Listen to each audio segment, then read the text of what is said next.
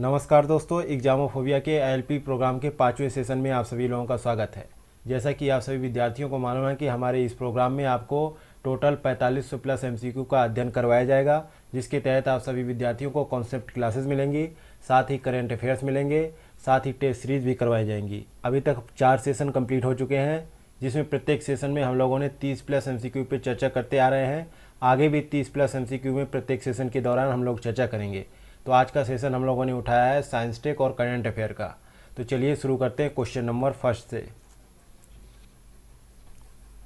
Question number पहला है, अप्रैल 2021 में छत्तीसगढ़ के सुकमा बीजापुर में किस नक्सल समूह ने 22 सुरक्षाकर्मियों की हत्या कर दी? ए ऑप्शन में भारतीय कम्युनिस्ट पार्टी यानी मार्क्सवादी लेनिनवादी जनशक्ति, और बी ऑप्शन में है क्रांतिकारी आदिवासी महिला संगठन, और सी ऑप्शन में है भारतीय कम्युनिस्ट पार्टी, और डी ऑप्शन में है पीपुल्स लिबरेशन गुरिल्ला आर्मी। तो यहाँ पर करेक्ट आंसर क्या हो जाएगा? D option, people's liberation guerrilla army ने इसकी जिम्मेदारी ली है। छत्तीसगढ़ में हुए एक माओवादी हमले में अब तक 22 सुरक्षाकर्मी शहीद हो चुके हैं, साथ ही 32 जवान जो है घायल अवस्था में हैं। दरअसल 3 अप्रैल 2021 को माओवादियों के साथ सुरक्षा बलों की मुठभेड़ हुई थी। उसी दुर्घटना में ही 22 सुरक्षाकर्मी शहीद हो गए हैं, साथ ही 32 जवान घायल हो चुके हैं। यह घटना छत्तीसगढ़ के सुकमा के जगरगुंडा के क्षेत्र की है। यह हमला माओवादी संगठन पीएलजीए के उग्रवादियों द्वारा किया गया था, जिसका फुल फॉर्म है people's liberation guerrilla army. Next है क्वेश्चन नंबर दूसरा, नासा के उस मिनी हेलीकॉप्टर का क्या नाम रखा गया है जिसने अप्रैल 2021 में मंगल की सतह पर शहर को छुआ था? तो यहाँ पर करेक्ट आंसर क्या हो जाएगा? बी ऑप्शन, इंजेन्यूटी नाम रखा गया है उस मिनी हेलीकॉप्टर का जिसने अप्रैल 2021 में मंगल की सतह पर शहर को छुआ था। नेक्स्ट है क्वेश्चन नंबर तीसरा,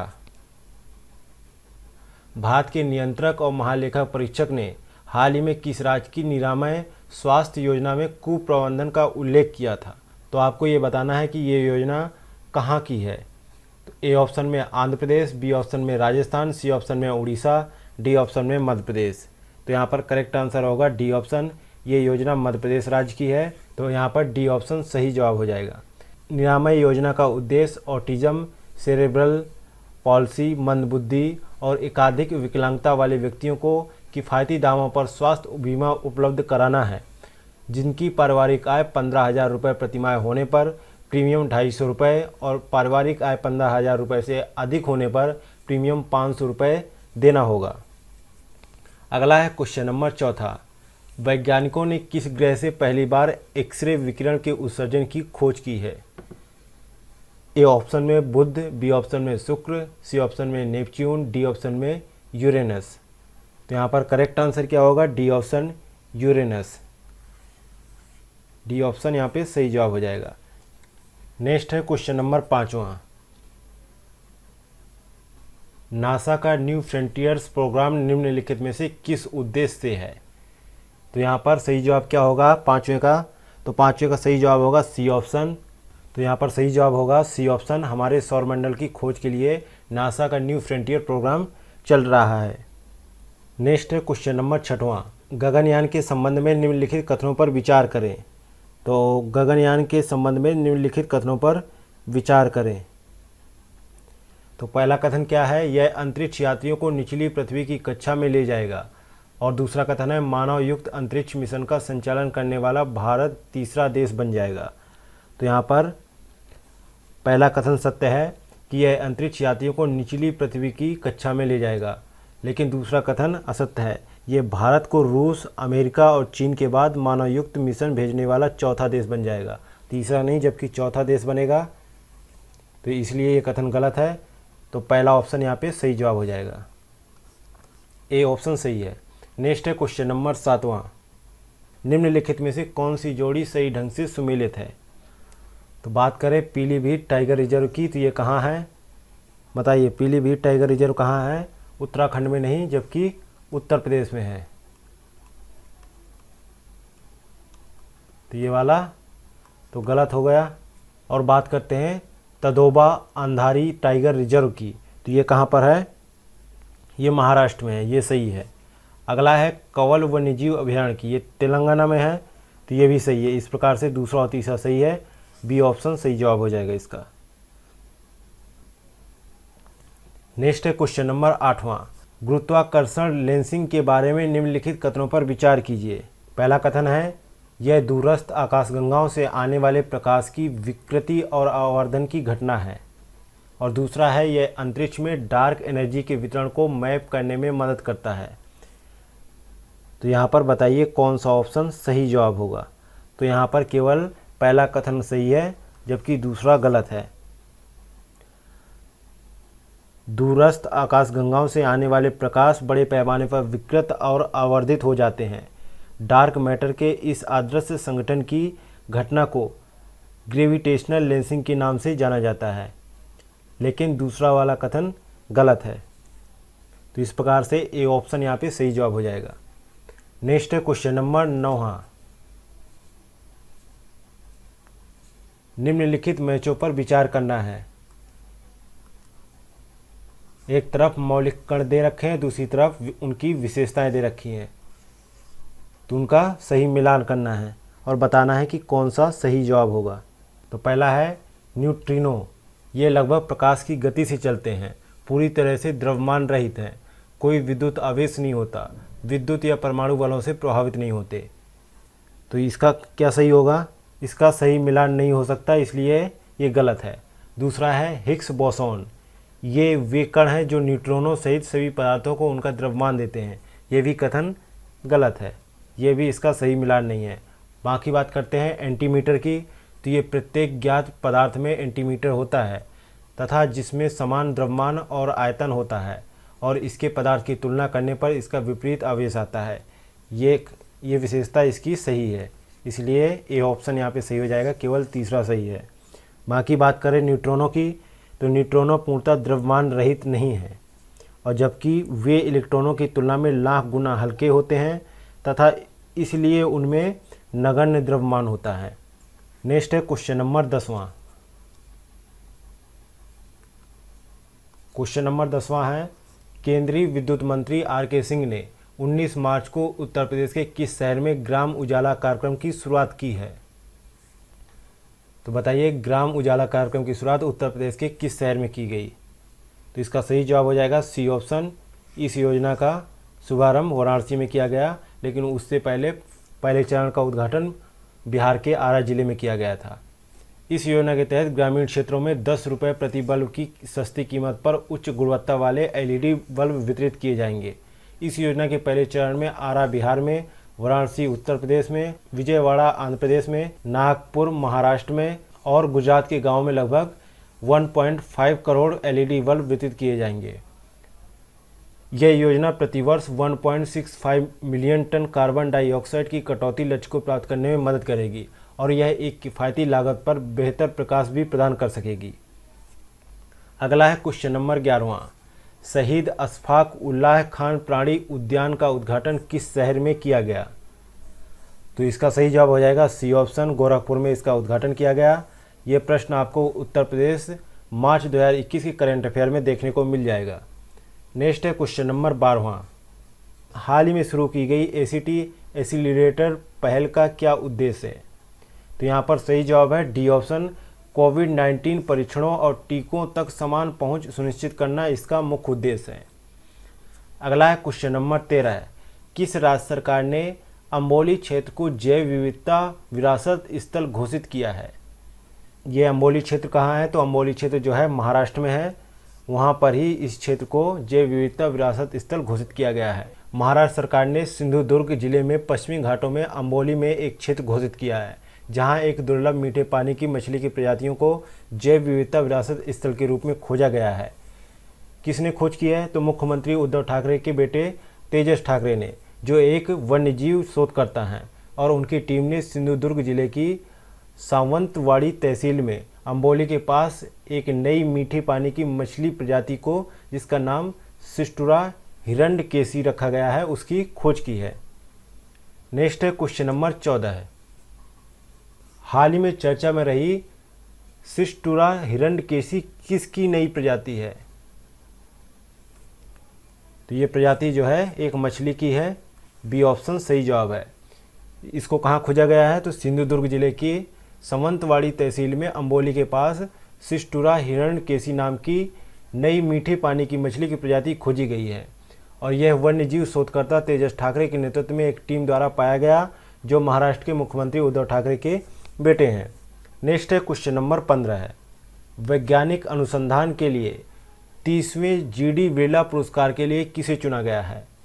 वैज्ञानिक अनुसंधान के लिए 30वें जीडी बिरला पुरस्कार के लिए किन का नाम चुना गया है? तो इसका सही जवाब है ए ऑप्शन, सुमन चक्रवर्ती को चुना गया है। ए ऑप्शन सही है। सुमन चक्रवर्ती को के बिरला फाउंडेशन द्वारा वर्ष 2020 का घनश्याम दास बिरला वैज्ञानिक पुरस्कार प्रोफेसर सुमन चक्रवर्ती को दिए जाने की घोषणा की गई है। इस प्रकार ए ऑप्शन यहाँ पे सही जवाब हो जाएगा। आगे बढ़ते हैं तो देखते हैं क्वेश्चन नंबर 16 है।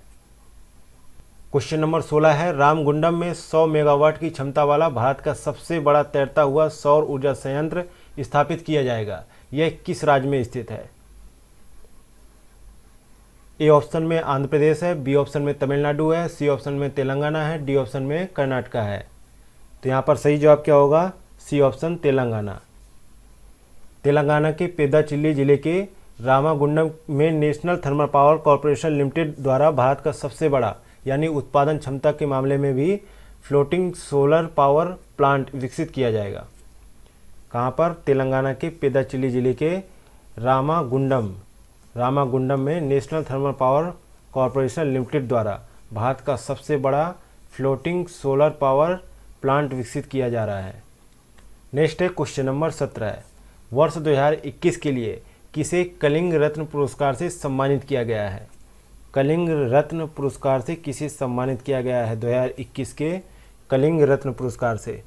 तो यहाँ पर 17 का राइट आंसर क्या होगा? डी ऑप्शन, विश्वभूषण हरिचंदन को इस पुरस्कार से सम्मानित किया गया है। अब बात करते हैं विश्वभूषण हरिचंदन कौन है? उड़ीसा में जन्मे आंध्र प्रदेश के राज्यपाल विश्वभूषण हरिचंदन ने 2021 के लिए कलिंग रत्न सम्मान प्राप्त किया है। उन्हें यह पुरस्कार उपराष्ट्रपति एम वेंकैया नायडू ने सरला भवन में सरला साहित्य संसद के 40वें वार्षिक दिवस के अवसर पर कटक में प्रतिष्ठित पुरस्कार के साथ विश्वभूषण को सम्मानित किया। साथ ही कलिंग रत्न सम्मान में देवी सरस्वती की एक चांदी की मूर्ति और एक तांबे की पट्टिका और एक शाल भी प्रदान किया गया। नेक्स्ट है क्वेश्चन नंबर 18 है। क्वेश्चन नंबर 18 है, ग्लोबल जेंडर गैप रिपोर्ट 2021 के बारे में निम्नलिखित कथनों में से कौन से कथन सही है? तो पहला है, विश्व के 156 देशों में भारत को 140वां स्थान प्रदान किया गया है। तो पहला कथन सही है। फिनलैंड दुनिया का सबसे लैंगिक समानता वाला देश है, ये कथन गलत है। तीसरा है, यह रिपोर्ट विश्व आर्थिक मंच द्वारा जारी की गई है, ये भी कथन सही है। इस प्रकार से सी ऑप्शन सही जवाब हो जाएगा इसका।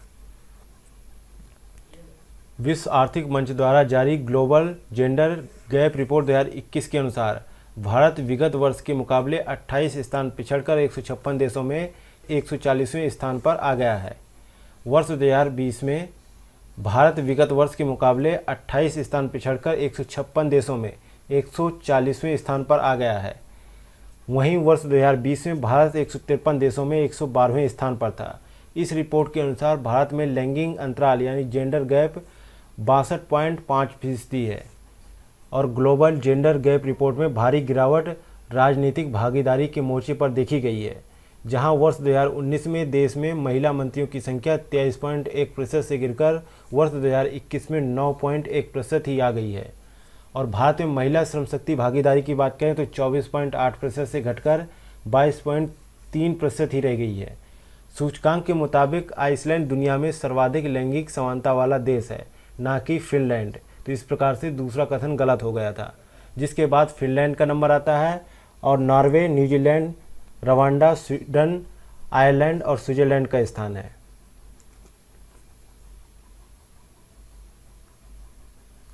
सूचकांक में बांग्लादेश 65वें स्थान पर है, नेपाल 106वें स्थान पर है, पाकिस्तान 153वें स्थान पर है और अफगानिस्तान 156वें स्थान पर है। वहीं भूटान 130वें स्थान पर है, जबकि श्रीलंका 111वें स्थान पर है। ग्लोबल जेंडर गैप इंडेक्स 4 प्रमुख आयामों जैसे आर्थिक भागीदारी और अवसर, शैक्षिक प्राप्ति, स्वास्थ्य और जीवन रक्षा और राजनीतिक सशक्तिकरण के बीच लैंगिक अंतराल के विकास और समय के साथ इन अंतरालों को कम करने की दिशा में हुई प्रगति को दर्शाया जाता है। विगत वर्ष की रिपोर्ट में कहा गया था कि पूरी दुनिया में जेंडर इक्वलिटी के लक्ष्य को हासिल करने में 99.5 साल लगेंगे, लेकिन इस साल की रिपोर्ट में कोविड-19 महामारी का हवाला देते हुए कहा गया है कि जेंडर इक्वलिटी यानी लैंगिक समानता को हासिल करने में लगभग 135.5 साल लग जाएंगे। नेक्स्ट है क्वेश्चन नंबर 19। 51वें दादा साहेब फाल्के पुरस्कार 2019 किसे प्रदान किया जाएगा?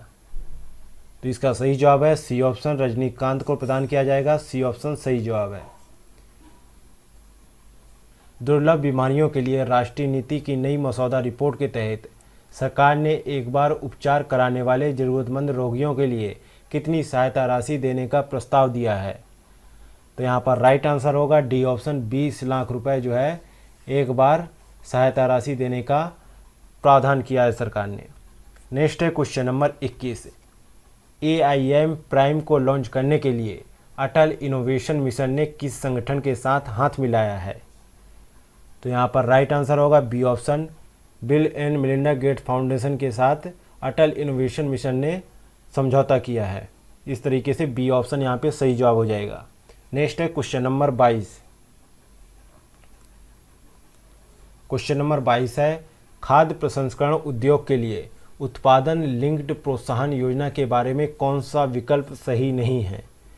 पहला विकल्प की बात करें तो यह योजना अखिल भारतीय आधार पर शुरू की जाएगी, यह कथन सही है। दूसरा है यह योजना एक परियोजना प्रबंधन एजेंसी के माध्यम से कार्यान्वित की जाएगी, यह भी कथन सही है। तीसरा है योजना के अंतर्गत 2026-27 में समाप्त होने वाले 6 वर्षों के लिए प्रोत्साहन का भुगतान किया जाएगा, यह भी कथन सही है। इस प्रकार से सही जवाब हो जाएगा डी ऑप्शन, यह योजना निधि असीमित है, यानी कि इसकी जो निधि है वो असीमित है, लेकिन इसकी इस योजना में लगभग 10,900 करोड़ रुपए का प्रावधान किया गया है और इसका उद्देश्य देश को वैश्विक स्तर पर खाद्य विनिर्माण क्षेत्र में अग्रणी स्थान पर लाना है तथा अंतर्राष्ट्रीय बाजार में भारतीय खाद्य उत्पादों के ब्रांडों को बढ़ावा देना है। आगे बढ़ते हैं, देखते हैं क्वेश्चन नंबर 23। किस देश में कोविड-19 कोरोना वायरस के खिलाफ दुनिया का पहला जानवरों की टीका पंजीकृत किया गया है? तो ये कहाँ किया गया है? तो इसका सही जवाब है सी ऑप्शन, रूस में किया गया है। सी ऑप्शन सही जवाब हो जाएगा। आगे देखते हैं क्वेश्चन नंबर 24। केंद्र सरकार ने रिजर्व बैंक से अगले 5 साल तक खुदरा मुद्रास्फीति को किस दायरे में बनाए रखने का लक्ष्य दिया है? तो इसका सही जवाब क्या होगा? ए ऑप्शन, 2% के मार्जिन के साथ 4% जो है लक्ष्य निर्धारित करने का प्रावधान किया है। ए ऑप्शन सही जवाब हो जाएगा। नेक्स्ट है क्वेश्चन नंबर 25। वर्ष 2020 का सरस्वती सम्मान किसे देने की घोषणा की गई है? 2020 का सरस्वती सम्मान किसे प्रदान किया जाएगा? तो ये सम्मान प्रदान किया जाएगा शरण कुमार लिम्बाले को प्रदान किया जाएगा। डी ऑप्शन सही है। प्रसिद्ध मराठी लेखक डॉक्टर शरण कुमार लिम्बाले को उनकी पुस्तक सनातन के लिए वर्ष 2020 का सरस्वती पुरस्कार यानी पुरस्कार का 30वां संस्करण प्रदान किया जाएगा। यह के बिरला फाउंडेशन द्वारा प्रतिवर्ष सम्मानित किए जाने वाला एक प्रतिष्ठित साहित्यिक मान्यता है। पुरस्कार में 15 लाख रुपए प्रदान किए जाते हैं, साथ ही एक प्रशस्ति पत्र और एक पट्टिका भी प्रदान की जाती है। नेक्स्ट है क्वेश्चन नंबर 26। मौसम में बदलाव और तापमान में वृद्धि के साथ मार्च 2021 में पूरी दिल्ली में किस मच्छर का प्रकोप देखने को मिला है? तो यहाँ पर राइट आंसर क्या होगा? ए ऑप्शन, एनोफिलीज मच्छर का प्रभाव देखने को मिला है बदलते मौसम और तापमान में वृद्धि के कारण। नेक्स्ट है क्वेश्चन नंबर 27। हाल ही में खबरों में देखा गया रिकरिंग ऑनलाइन ट्रांजैक्शन का संबंध किससे है? तो इसका सही जवाब है सी ऑप्शन, कार्ड या वॉलेट से ऑटो भुगतान से संबंधित है रिकरिंग ऑनलाइन ट्रांजैक्शन। आगे बढ़ते हैं, देखते हैं क्वेश्चन नंबर 28। महाराष्ट्र सरकार ने राज्य के गृह मंत्री के खिलाफ मुंबई के पूर्व पुलिस आयुक्त द्वारा लिखे गए एक पत्र की जांच के लिए किस समिति को नियुक्त किया है? तो गृह मंत्री के खिलाफ जो जांच होगी वो किसकी अध्यक्षता में होगी? तो इसका सही जवाब है बी ऑप्शन, न्यायमूर्ति कैलाश यू चांदीवाल के अध्यक्षता में होगी। बी ऑप्शन सही जवाब हो जाएगा इसका। नेक्स्ट है क्वेश्चन नंबर 29। मार्च 2021 में किस प्रजाति को IUCN रेड लिस्ट में गंभीर रूप से लुप्त प्राय के रूप में सूचीबद्ध किया गया है? तो किसको लुप्त प्राय के रूप में सूचीबद्ध किया गया है? तो इसका सही जवाब है डी ऑप्शन, अफ्रीकी सवाना हाथी को लुप्त प्राय प्राणी के रूप में सूचीबद्ध किया गया है। किस लिस्ट में? IUCN रेड लिस्ट में। नेक्स्ट है क्वेश्चन नंबर 30 और आज के ILP प्रोग्राम का अंतिम क्वेश्चन। किस संगठन ने 2 सीटर ट्रेनर विमान हंसा NG को रोल आउट किया है? तो यहाँ पर सही जवाब है A option, national aerospace laboratories. ये कहाँ स्थित है? ये स्थित है CSIR की बेंगलुरु स्थित research lab national aerospace laboratories ने 2 सीटर ट्रेनर विमान हंसा NG को विकसित किया है। इसी के साथ ही आज के ILP प्रोग्राम के सारे क्वेश्चन कंप्लीट होते हैं। मिलते हैं नेक्स्ट सेशन में। Thank you for watching Examophobia. अरे भैया सुनो सुनो, हाँ तुम्ही से कह रहे हैं। अब यहाँ तक आ ही गए हैं तो मतलब वीडियो अच्छी लगी है, और वीडियो अच्छी लगी है तो लाइक करना शर्माना कैसा। तो हमारी वीडियो को लाइक करें, शेयर करें और चैनल को सब्सक्राइब करना बिल्कुल ना भूलें। धन्यवाद।